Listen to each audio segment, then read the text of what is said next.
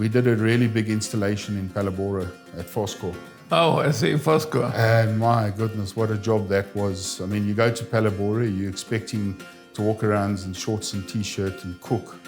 And we literally got there and someone had opened the deep freeze door. I was on night shift. It was just pitiful how cold it actually was in Palabora.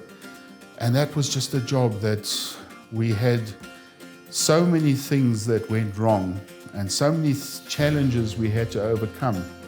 And it was a 10-day installation, and it was just one thing after another. We had arguments, we had laughs. I mean, I can tell you stories about sleeping arrangements where, you know, with snoring and my mother going out and buying every bloody jersey and blanket you could find for us guys working on night shift, to people cutting our bloody chains that it didn't reach the floor anymore, to fantastic assistants coming up from Joburg to help us and standing there going, kom man, and that's all they bloody did.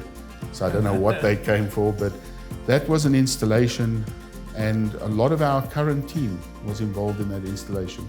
My dad was there, I was there, our sales manager Jan Opperman was there, Alwyn was there, Hilton Base, who services Limpopo and Botswana for us, he was on that job.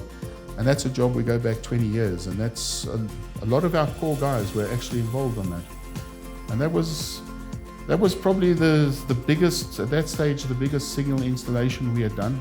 And we went in to do a job in Middelfunderbouw, and it was working in the coke plant. And oh my goodness, that plant was so dusty. You literally within the first 30 minutes, you were just covered in black dust from head to tail. And my dad and I had gone in.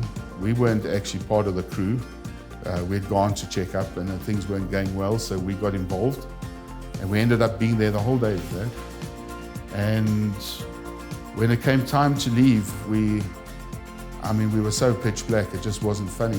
Our only option was to actually strip down to our socks and our briefs and just to get into the car so you could drive out. You couldn't sit in the car, how dirty you were.